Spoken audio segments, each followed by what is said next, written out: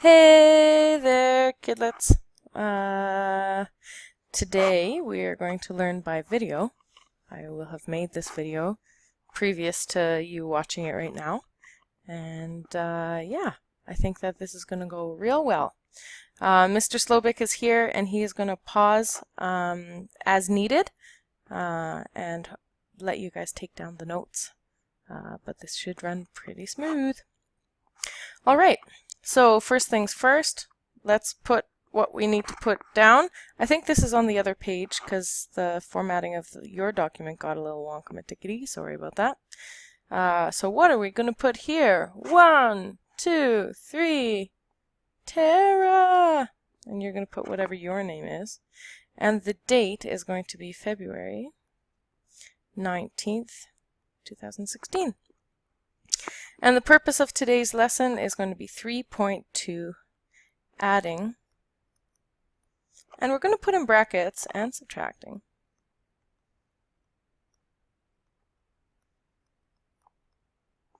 Rationals. Now with rationals we can see them in different ways. We can see them as fractions, but if we scroll down, you guys don't have to do this, but I'm going to do this. And we're going to see them as decimals. So if you see a question posed as a fraction, I want you to answer in fractions. And if you see an answer posed as decimals, I want you to answer in decimals. First things first though, let's remind ourselves of what's going on right here. And we're going to use our answers from here to help us with the fraction bits. Now, what's really nice about this is we have the same denominator. So we don't have to worry about finding a common denominator because it's already common. Alright, so take a few moments. If you want, we can pause this right here so that you can answer these questions here. We'll go over it in a second. And we're back! So this guy right here is 10. 3 plus 7 is 10. Here we start at -3, and I'm just going to use my Q's column just to see it. We're at -3, and we're moving to the right because we see a plus sign. So that means we're going to add 7.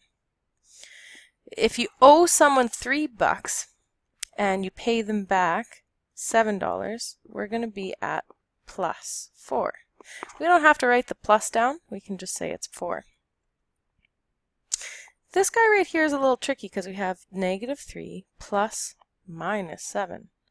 Whenever we see two signs that are butted up right against each other like this, we need to do some fancy footwork to rejig this. A positive and a negative, when you multiply them together, becomes a negative. If you want to use your Q's column here to write down some rules, we're going to say a positive times a negative always results in a negative. If we say a negative times a positive, that results in a, you got it, negative. A positive times a positive is always going to result in a positive, and a negative times a negative always results in a positive. What happens if we have 3 negatives? Just to take it a little bit further. Negative times a negative is a positive. Positive times a negative is a negative. So if we have an odd number of negatives, then it is negative. If we have an even number of negatives, it's positive.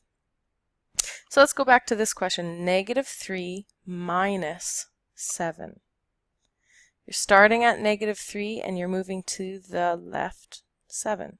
So that's going to be -10. We have 3 plus -7. We have two signs butted up right against each other. So we have a positive and a negative. We look here.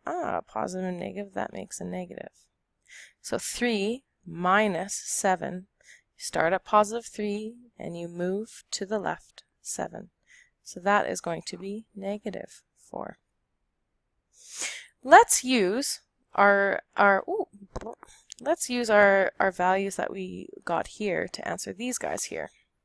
So 3/8 plus 7/8 is 10/8. Now, if we really wanted to get fancy, we would say 1 and 2/8. And if we want to get really, really fancy, we can say 1 and 1/4. That's just putting an improper fraction into a mixed fraction with lowest terms. So if we have negative 3/8 plus 7/8, we're going to get positive 4/8. See, negative 3 plus 7 is 4. Negative 3/8 plus 7/8 is 4/8. You're noticing when we're adding fractions, we're doing nothing to the denominator. It's all there. It's all the same. We can get this down to lowest terms, though. We can call that 1/2. This one right here, if we have negative 3 minus 7 is 10. Sorry, negative 10. Minus 3, remember this guy right here turns into a negative. So we have negative 10/8, or negative 1 and 2/8, or negative 1 and 1/4. This one right here, 3/8 plus negative 7/8. We have to do something about this. This becomes negative because a positive times a negative is a negative. So 3 minus 7 is negative 4, and we put that all over top of an 8. We can simplify this. This becomes negative 1/2. What happens when we start with mixed numbers? Now I'm going to show you a foolproof way that this is going to work every single time. However, some of you might have a different way of doing it, and that is totally fine. So I'm going to change this into an improper fraction. You don't necessarily have to when you're adding, but you always have to do it when there's this negative or a subtraction. But when we're adding, you can go 1 plus 2 is 3, and then deal with the fractiony bits.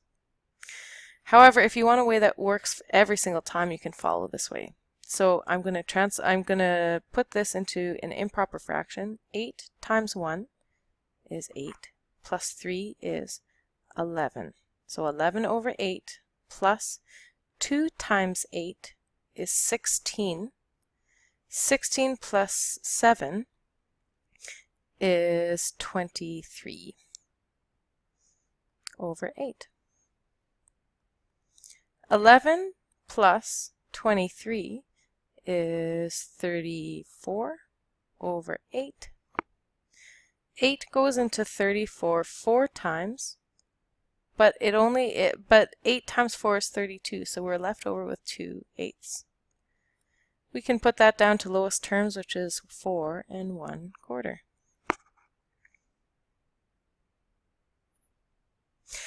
It's really nice when you have common denominators already, because you don't have to do any work trying to find that lowest common denominator. But don't worry, we'll get practice in that.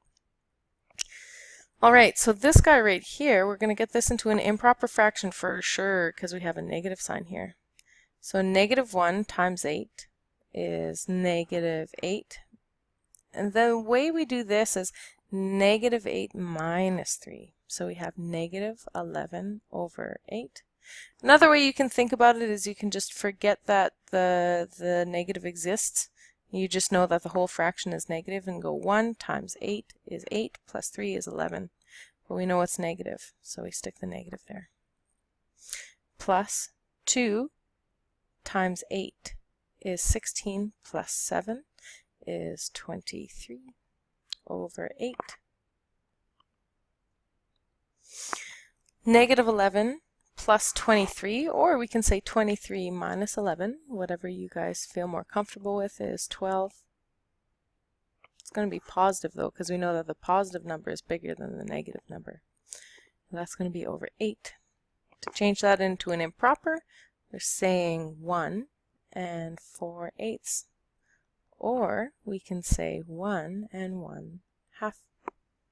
Now if you really like your teacher, you're going to put a box around your final answer, because it's easiest for me to mark that way.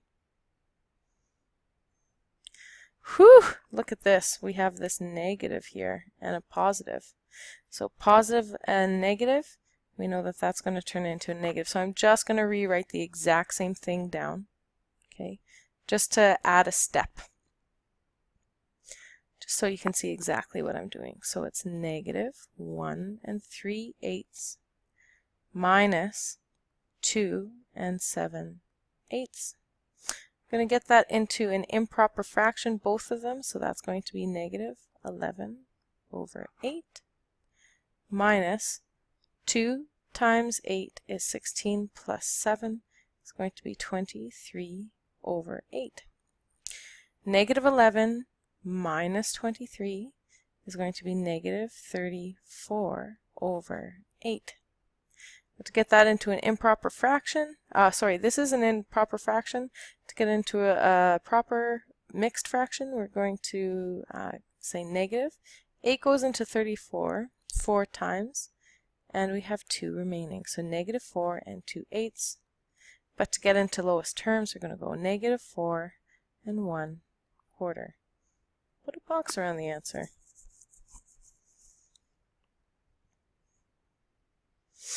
One more of these guys here. Okay, so we have these two, a positive and a negative. That becomes negative, so I'm just going to rewrite the question just as it is. 1 3/8 minus 2 7/8. 1 3/8. By now I hope that you know this one. 1 3/8 is going to be 11/8 minus 2 times 8 is 16 plus 7 is going to be 23/8. So our positive number here is 11 and our negative number here is 23. So we know that it's going to be more negative. So 11 minus 23 is negative 12/8. You can punch that into your calculator. 11 minus 23, you get negative 12. If you can do it in your head, even better. But you will always have access to your calculator. Not your cell phone, though. Remember. So this is going to be negative 1 4/8. If we want the best answer possible, we're going to say negative 1 4/8 is 1/2. Put a box around it. So a number line, never forget the importance of a number line. A number line might be useful when the denominators of fractions are comparable or compatible, or when we want to estimate the sum. Number lines are super helpful. So use a number line to determine the sum of each of the following expressions. So firstly, let's do 6.4 plus negative 3.8. We see a double sign here, negative and a positive. When we multiply those two things together, it becomes negative. So I'm just going to rewrite my line for 6.4 minus 3.8. So to use a number line here, we're going to say 6.4 and it's minus. So the direction that it goes is to the left, minus. And we want to subtract 3.8. We know that 6.4 is bigger than 3.8, so we're not going to make it to 0. It's going to be a positive number. So when we plunk this into our calculator, 6.4 minus 3.8, that is going to be 2.6. All right, B. Negative 2.3 plus negative 4.9. We have a positive and a negative here, so we got to do something with that. Positive times a negative is negative. So my question becomes negative 2.3 minus 4.9. So if I were to use a number line here, here's my 0, okay? We're in the negatives. So this is going to be negative 2, negative 2.3. And since it's a subtraction, we're going to the left, 4.9. So we're getting more negative. The number is going to be negative 7.2. Because if you put this in your calculator, negative 2.3 minus 4.9, it's negative 7.2. I'm just going to erase this little guy right here so we can look at the question. 3.4 plus negative 1/2. I'm just going to rewrite it because this right here is a little confusing. Positive times a negative. we have 1 negative, so we know that the sign overall is going to be negative. So I'm just going to rewrite it, 3 over 4 minus 1/2. Brr, brr, brr, alert! We do not have the same denominator. What we need to do is we need to multiply the 2 by something to get 4.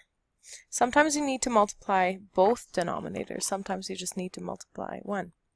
In this case, we want to multiply this guy by 2 and this guy by 2. So the next line we get is 3 over 4 minus 2 over 4. 3 minus 2 is 1, and we hold our denominator the same, 4. All right, let's look at this example 2. We have 2 different fractions, 2 different types of fractions even. We have improper fractions here. This one's not improper, but this one is. Here we have mixed fractions. This one's a bit of a trickier one, but we'll deal with it. So 5 over 8 plus 11 over 2. We're just looking at the denominators here. Ooh, sorry. We're just looking at the denominators here. So 2, if we think about it, if I write down the multiples of 8, so I go 8, 16, 24, da-da-da-da-da-da. For 2, it's 2, 4, 6, 8, 10, 12, 14, 16. We see that there is a common multiple of 16, but the lowest common multiple is going to be 8. So we don't have to multiply 8 by anything to get to 8, but this guy right here we need to multiply by 4 over 4. Because essentially, guys, all we're doing is multiplying by 1. So if I rewrite this, it's 5 over 8 plus 44 over 8. 5 plus 44 is 49 over 8. If I want to give the best possible answer, I would say 8 goes into 49 6 times. 6 times 8 is 48, so that means that there's 1 left over to get to 49. So it's 6 and 1, 8.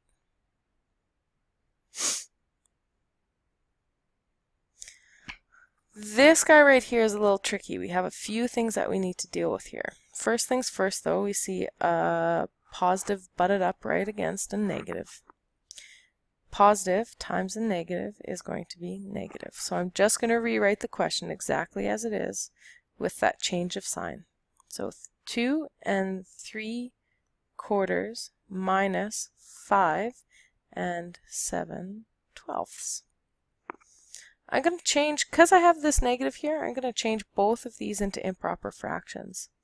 2 times 4 is 8, plus 3 is 11. And we hold our denominator the same at this point. Minus 5 times 12 is 60, plus 7 is 67 over 12. Now, alert, alert, alert, these two denominators are not the same. If I would write out the multiples of 12, I would get 12, 24, 36. If I would write out the multiples of 4, I would get 4, 8, 12, 16, 20, 24.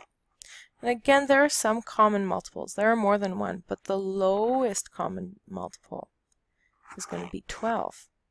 That means that the lowest common denominator is going to be 12. We don't have to do anything to this denominator. It is already 12. But I want to multiply this guy by 3 over 3. So I say 33 over 12 minus 67 over 12. So let's think about it. 33 minus 67. Our positive number is less than our negative number, which is 67. So 3 minus 67, we know that our answer is going to be negative. So 33 minus 67 is negative 34. Our denominator is going to stay the same. It's going to be 12. So if we want to get this into a mixed fraction, we're going to say negative because the sign is negative. 12 goes into 34 2 times. And what's left over? Well, 2 times 24, 2 times 12 is 24. The difference there is 10. So 2 and 10 twelfths. But hold on, there's a better answer here. It's going to be negative 2 and 5 sixths, because that is in lowest terms. Our last example here is a word problem. But this is a pretty decent word problem, and I think that you guys will be able to get it no problem. So, at the beginning of June, the Lawn Green Company was $735.96 in debt. By the end of August, the company had decreased its debt by $456.75. So A, use a rational number to represent each amount, and B, calculate how much the company owed at the end of August. So in A, we said that the debt, the debt was $735.96. So we know that it's negative, right? Because this is what we owe. So it's negative $735.96. But they had decreased their debt by $456.75. That's in the positive direction. So we have plus $456.75. Because it's positive, we don't actually have to have that sign in front of it. So it says right here, calculate how much the company owed at the end of August. Well, they owed $735.96. So we represent that with a negative. And then we want to add $456.75. I can use my calculator for that, or if you want to use your head, that's fine too. But at the end of the day, negative $735.96 plus $456.75 is negative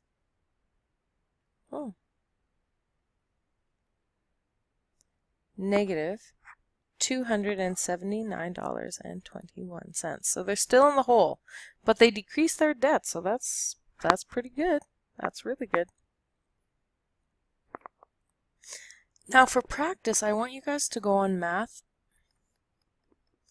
IXL and I want you to go into grade 9 and B4. Okay, this guy right here is going to be adding and subtracting rationals. And the other one I want you to go to is grade 7, C3. Now this one right here is for adding and subtracting integers. Because it's difficult to add and subtract rationals when you don't have the integers down pat. So if you still don't quite get integers, don't worry. Just practice a little bit more, and then maybe you can go back to the grade 9. Okay, so item number 1, try this guy out, the grade 9 one. If you can't get it, go into the grade 7 and practice your integers. What I also want you to do is I want you to fill out this summary bit to mention what you learned. Maybe it was a review and you can mention that in your summary. But I want you to mention one thing in that summary that you sometimes find difficult about adding and subtracting rationals. Okay, I'll see you on Monday. Be good for Mr. Slowpick.